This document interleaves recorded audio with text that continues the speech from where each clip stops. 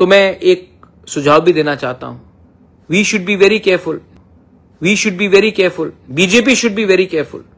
ऐसे लोग जो सीपीएम में थे, सीपीएम में उनका चेयरमैन वाइस चेयरमैन का पोस्ट था, वो लोग आज मंडल प्रेसिडेंट बनकर लोकली ट्रबल क्रिएट करते हैं।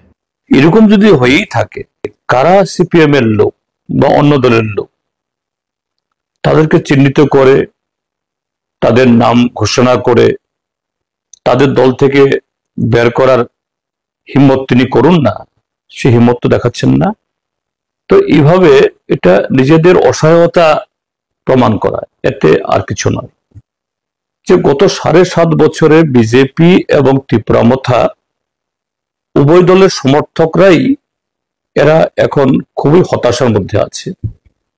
কারণ যে সমস্ত প্রতিশ্রুতি বা প্রলোভন দেখিয়ে বিজেপি ক্ষমতায় এসছে, তাদের দলের লোকদেরকে তারা পথে নামিয়েছেন, যে নানা ধরনের অপকর্ম করার মধ্য দিয়ে বিজেপিকে ক্ষমতা নিয়ে আসার জন্য। এখন দেখছে যে মাস চলে যাচ্ছে, বছর চলে যাচ্ছে, দিন চলে যাচ্ছে, ত্রিপুরাজ্যের আরো 40 লক্ষ লোকেদের সাথে তাদের কপালে কিছু জুটছে না। কিন্তু বিজেপি এবং ত্রিপুরামথার উভয় দলের মধ্যেই উপর থেকে নিচুতলা অবধি অল্প কিছু লোক, যারা